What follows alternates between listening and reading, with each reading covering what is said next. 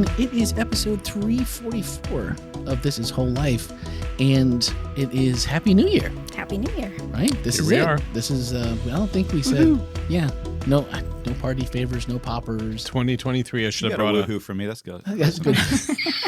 That was Ken's woohoo for By the way, 20. can I just say, New Year's in Orlando.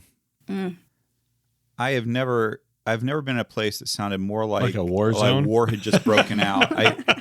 My first New Year's here actually was scared. I thought somebody had invaded the United States because it just that constant. It's like whatever you hear in the background of like. Remember when they did Desert Storm? They had all those embedded people, and you'd like hear the in the back, and I'm like something like. It's what it sounded like. Yeah. Well, I think it was. I don't know about you, but at least where I live, I felt like it was the loudest New Year's I've had since I've been here, and that's 30 years. we have new neighbors that moved in on the dead end street behind us. So when you live on a dead end and there's another dead end on either side of you, there's a lot of fireworks because it's just there's no traffic. So everyone lights them off in the street. And a couple years ago, Danny and Elizabeth Perez and their family were over, and he's a big fireworks, like, let's do it up big. So, they're hauling out these big cases of mortars that we're shooting off in our backyard. And now, last year, so it was like this huge thing, and our neighbors with dogs, they're all just like, can you guys, stop? It's like past midnight. 2:00. And they must have been livid this year because there's a new neighbor down the end of the street. They're really, really nice people. We've gotten to know them a little bit here over the last couple of months, and they lit off a show that would have made Red Hot and Boom look pretty amateurish. I mean, but they didn't have like the large enough mortars to get them up like Really high. 200 feet. So like right about treetop, and they're just kaboom. So like your entire house is shaking. So that's what I was hearing from my house, I guess, because Wow. I was impressed. Anyway. It was an impressive show, and their grand finale was as good as I've ever seen. So Wow. hopefully everyone made it through. No pets at the vet for For the trauma. trauma, Post-traumatic. PTSD with the pets. So if you tuned in to our online service, or if you were in house last week, you'll know that we did kind of a year in review, which reflection on what happened, there was a lot though. right? Like we're all here, we do this every week, and it kind of gets to be like, well, this is what we're doing this week, and we go about what we do, or we come to church and go, oh, it's Christmas, or it's this, or it's that, or it's this series that we're doing. And as Ken is going down the list and all the different things that happened, and then all the things that happened for the first time since COVID happened, Yeah. and it was like, wow. He tried to do it in 4 minutes. There was no way. I failed. Yeah, no, miserably, yeah, for sure. But there was a ton of stuff. And sometimes it feels busy, but it was a good busy this year. There was just a lot of really, really cool things. Connected, which was our old Meet Worship Serve, which was kind of repackaged, repurposed, and put out there in a grand scale. And maybe one of my favorite parts of what we talked about was Rod's story. Yeah. And I know we've talked about it here in previous episodes, but to see him on the screen, I had already gotten a chance to check that footage out and clean it up audio-wise a little bit. And what a moving story. What an amazing guy Yeah, for sure. that Rod is. And the one thing that I thought about, which doesn't really pertain to anything as far as reflections, maybe we should reflect more, is we often think of people that don't share our story as different enough that we don't really give them God's child status. You know what I mean? Like, well, yeah, God loves everybody, but he doesn't really love the dirty, stinky people that we don't like, or he doesn't really like those people that are in prison, and he doesn't. It's easy just to write people off. And to me, when I saw Rod's face and just how genuine he was, it was a good feeling that something that our church did that we thought was important, that God obviously led all the way through. And if y'all could see behind the scenes and all the planning it took to pull Connected off, and then Kudos to Anderline. And to see somebody who was a direct benefit of that vision and the work and everything that went into it, and who's convinced that it saved his life. That was a pretty cool moment. That was little hairs coming up on your arms and goosebumps. And I was like, that's a pretty cool way to look back at your year and see your church involved. I thought that was really, And I really think cool. it's important to really realize that's really one of just, I think, a lot of stories. There's the stories we hear, there's the stories we don't hear. But I, on a pretty frequent basis, have people coming up to me telling me different things that Whole Life has done for them, for their family, the difference that it makes in their life. And it just makes you just see how God is really using Whole Life to make a difference in this community. Yeah, absolutely. And I think of course there was Barn Party, which was, first time back from COVID in any form, which was really good. Yeah. It was good to see that. And we had asked everyone last week, or Ken asked and said, "Hey, I'd really love to hear how, how God has arisen and what you've done in your life." And there was a ton of stuff in the chat this week. And then there was some really good responses that we got from texts that we didn't share. And I just want to read a couple of those because I think that's really, as we think about reviewing or reflecting, these are the stories, again, that unless you know, you just don't know. You can assume that good things have been happening to people, or maybe you can just assume bad things have been happening to people. I don't know, but this is confirmation that God has been working. In the online chat from this past week, Rob said, "I have learned this year especially that when you keep your eyes on Jesus, you see how faithful God is." We had another one from the chat. Stanley said, "I've learned this year that God will show up even when you don't expect it." I think everyone can kind of relate to those. And then our good friends Cecilia, Razan, Rachel, and Andrew sent us a text and said, "The theme of Arise has been really impactful for our household. Specifically, we've been taking the church value of participation to heart." There we go. Follow me. These guys are ahead of the curve, right? We have been given a lot of opportunities to get involved this year, and whether we felt it was an area that we have any expertise in or not, we just said yes.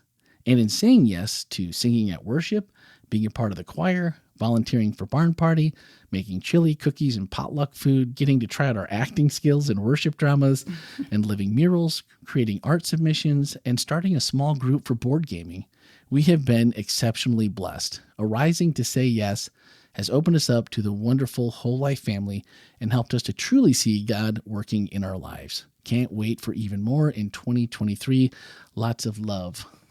So I love great. that. That's fantastic. We love you too. And you guys always see, if you ask, they will always come through. And if you need, you want some background, you want some information. But, Jeff, we're going to be doing some small groups this year again, aren't we? Yeah, I think actually this is a good starting segue. this week. And I was in contact with the Razans, or the Maxims, I should say. Razan, do we need to I'm sure Cecilia would probably go, "Hey, wait a minute." Patriarchal, I'm not sure Razan about Superpowers released. Is this it? All right, cool. Tell us more.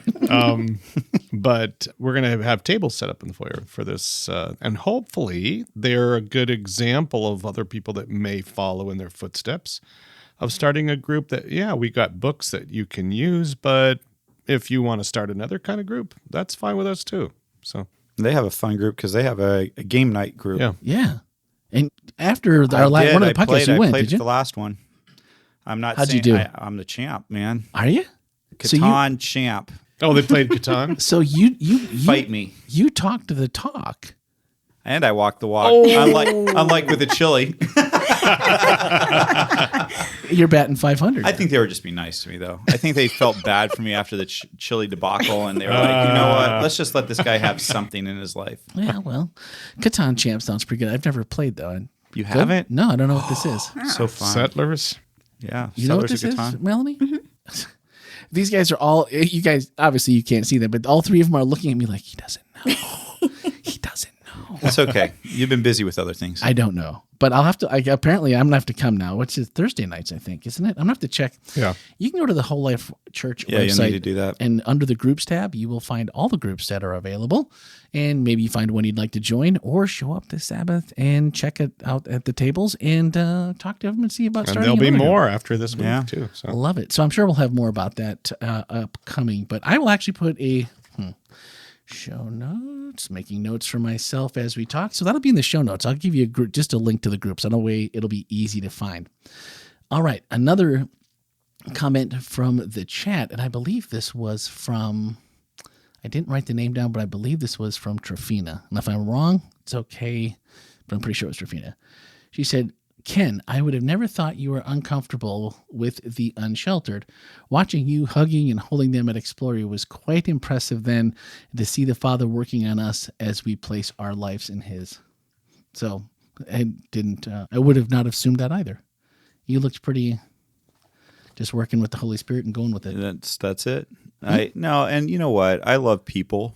Yeah. So I just we're all in this office doing personality personality disc assessments, and if you look at mine, I'm pretty far over into one area, and it's not the I don't know. I think some people wouldn't be surprised, and some people might be pretty surprised. But I don't know. It's one of those things where, another thing for me, I think that people probably don't realize I'm a very shy person, and so for me, I was very shy. I remember my Pathfinder director told my parents that they need to watch out for me because I was too quiet. Well, that's probably good advice. And so things, watching out, they weren't wrong. I'm just saying maybe not the way they thought, but I don't know. My natural tendency is to be kind of quiet, and I would probably stand off in the corner and watch things happen before I wanted to get involved. I've taught myself to do something different just because in high school, I came back my sophomore year, and there were people who didn't remember that I was there my freshman year. And I remember thinking, I don't want that to happen again. And so I started training myself to kind of put myself out a little bit more and try to kind of put myself. My brother is the natural sanguine, outgoing one in our family. Okay. Nothing wrong with that. No. Right? From the chat, Anonymous said, the power of Jesus in this story, and this was referring to Rod's story as you were going through it, reminds us that an everyday miracle happened. And I think that's a good one to remember too. Sometimes, people, the word miracle probably gets, I think it gets a bad rap and maybe also used too often when there might be other explanations. But when something like this happens, you kind of go, it's been a while when we look. And that's one of the questions you get fairly frequently as a pastor is why doesn't Jesus do miracles? Jesus in the Bible, Jesus is out healing people and people are getting well.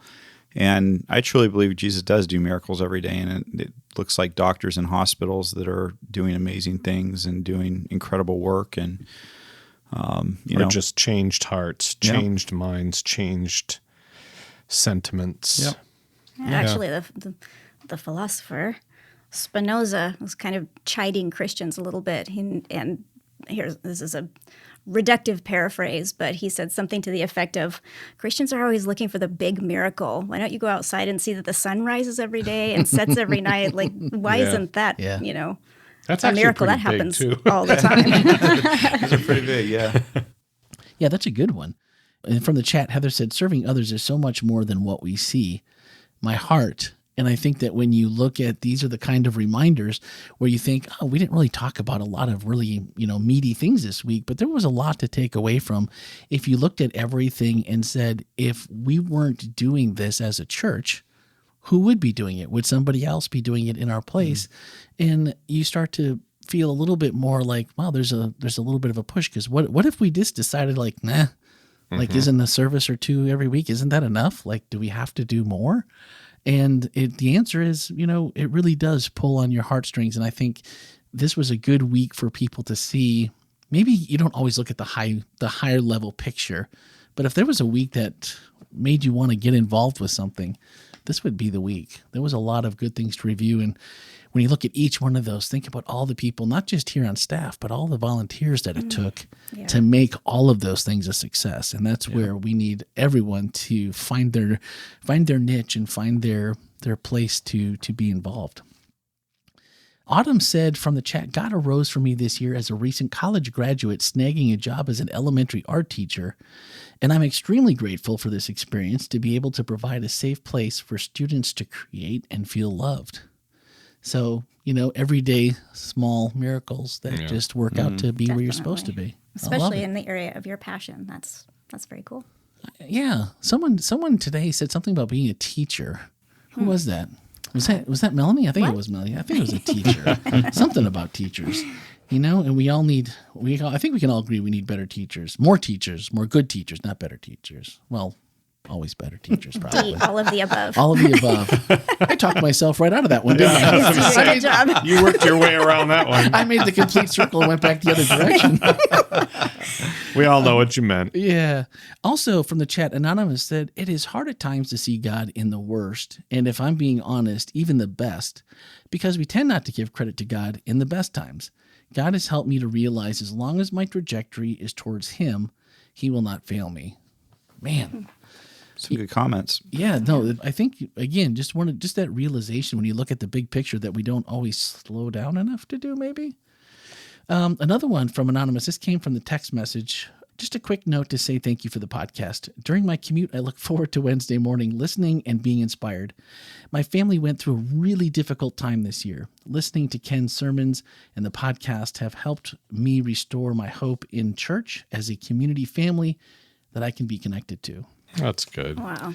So then we can just say that was why the podcast was started in the first place, was midweek, a little inspiration, a little extra that we can do. And I'm glad that it's working out and that you're enjoying it. And that's great.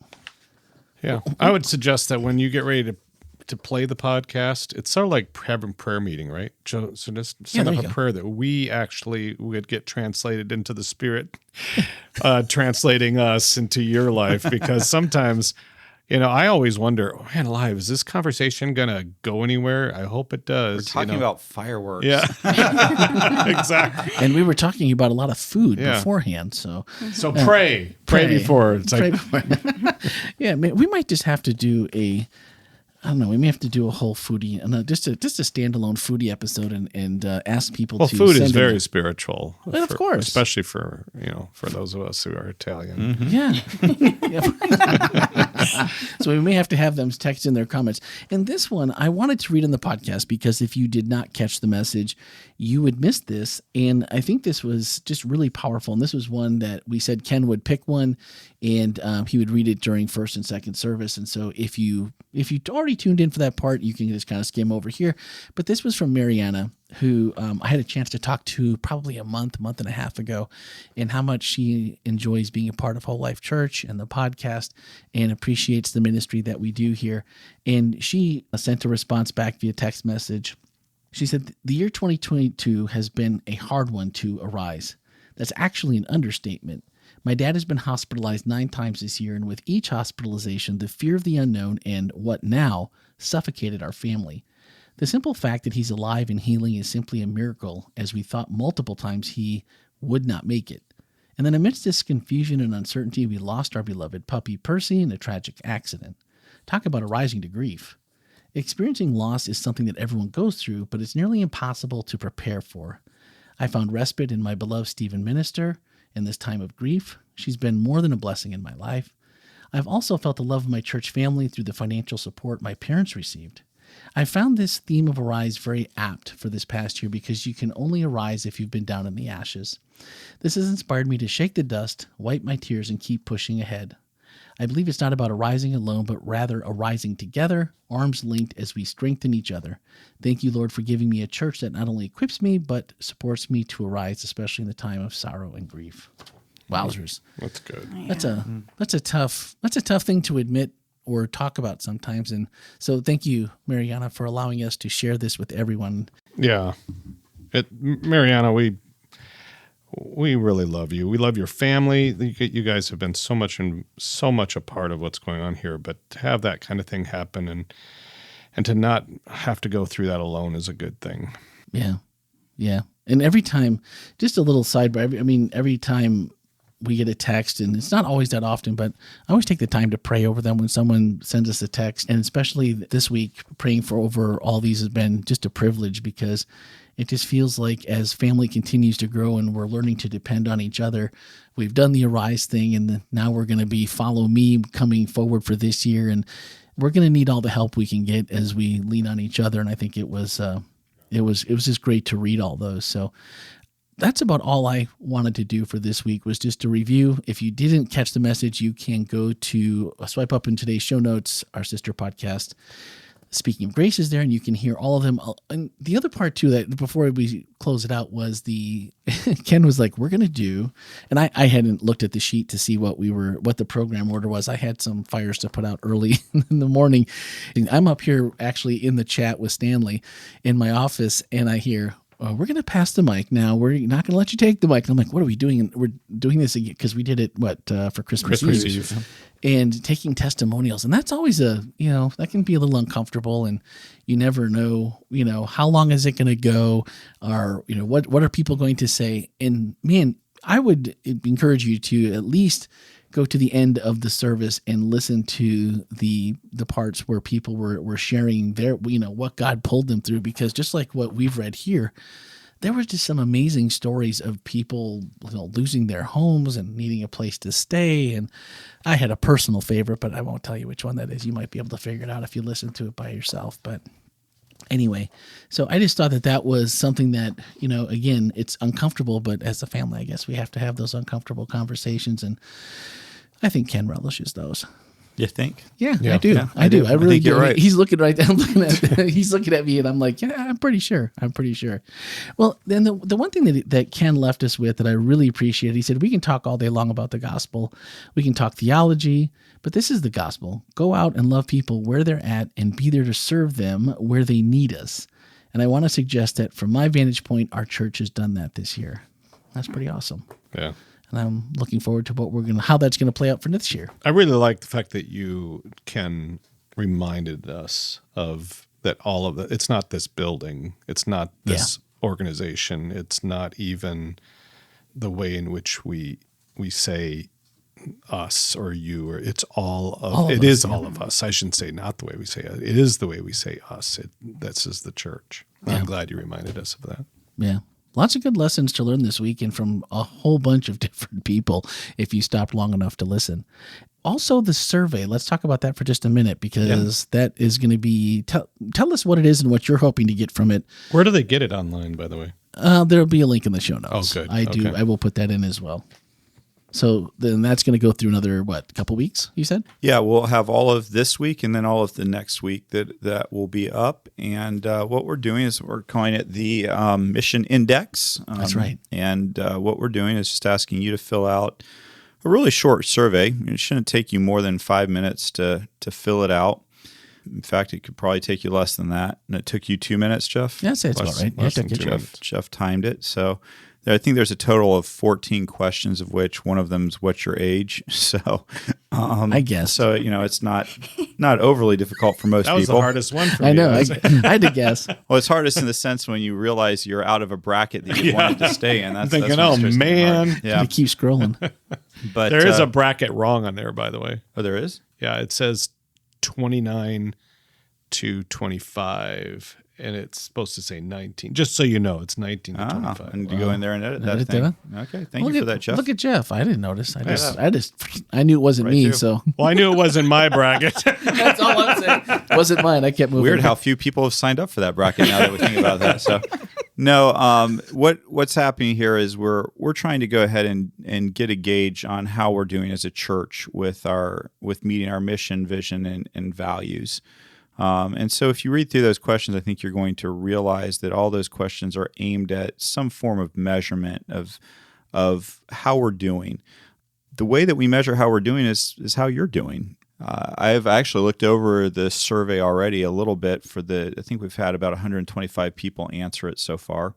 And there's a lot of important questions in there. I'll tell you the one that I jump right to is do you feel loved and valued? That's the one that I always jump right to see where that's at, because that's a really super important one to me, that people do feel loved and valued at the church that they're attending.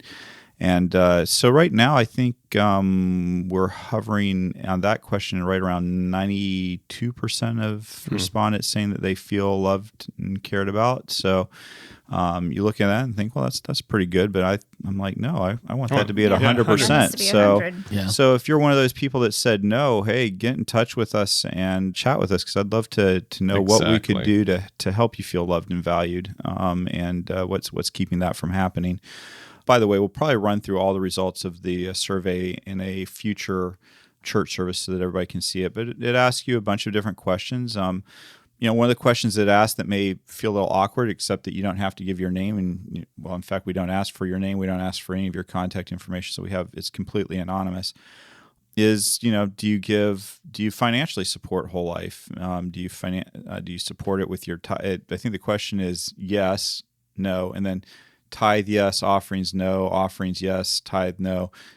Did I say that? Anyway, I don't know. Anyway, but the point is, again, do you believe in the mission enough to support it financially? And that's we're just looking for honest feedback there. So I think on that one, 75% of those who responded so far say that they support in some way. One way or another. The reason, by the way, we should probably clarify, the reason some people, those of you that are listening that may not be familiar with how the Seventh-day Adventist Church does their finances, is that tithe and offering are very different. Yep. The offering stays locally and the tithe goes to more of a the tithe goes to the conference. Florida Conference, and the Florida Conference supports the WholeLife Church by paying for 4 of our pastors' salaries and benefits, and then they also provide some funding for training and some other things to the church. They also help with evangelistic funds and things like that. So there's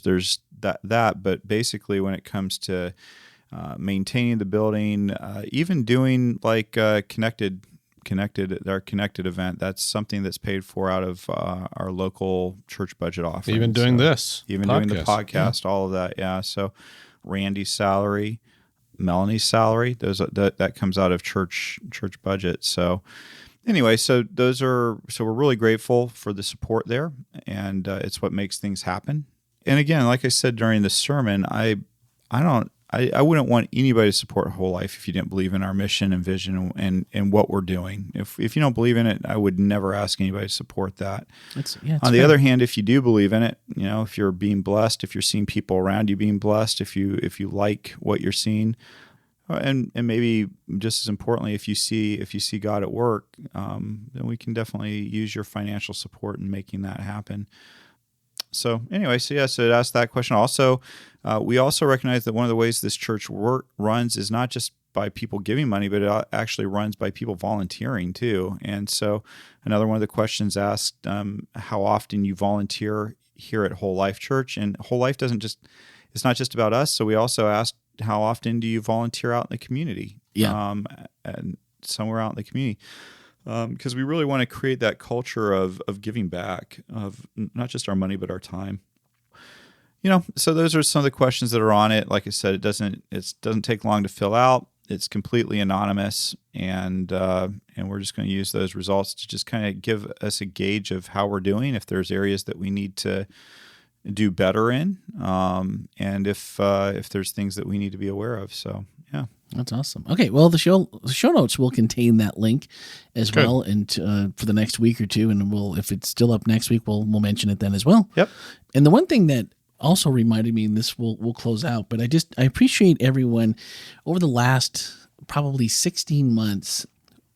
We've seen the numbers, the listenership that we have for the podcast go way, way up, and that's because you guys are sharing the show with different people. Thank you and for doing that. If you find value in that, and someone asked me the other day, because I think a year or maybe even a year and a half ago, I think even right before Ken got here, actually, I had done a little mission video for announcements and about how many listeners. And so right now, if you take the podcast, This Is Whole Life, we've had about 36,000 people listen, or 36,000 listens to the show over the course of 6 years. And that doesn't sound like a ton, and you hear people about podcasts and they have, how many thousands an episode, but, just a little podcast that, we don't promote really much outside the walls, except when you guys do it. But that's a huge number for a show our size. I've done some research in most church podcasts. If the pastor's name isn't Andy Stanley or Craig Groeschel, Wait a minute. I know, right? Like they're, like the Bible app and stuff. Like people know them somehow. I don't know why. Their shows are just very, very niche. And so we have over 68 countries that people have listened to our podcast. And then if you add, speaking of grace, over 42,000 people have listened to what I like to call just the WholeLife Church inspiration that comes from the message, it comes from the conversations, it comes from your input and your feedback. And so all of that to say thank you for sharing, and please continue to do so. And with that, we'll wrap it up. Thanks for listening. Have a great week, and we'll see y'all back here next week.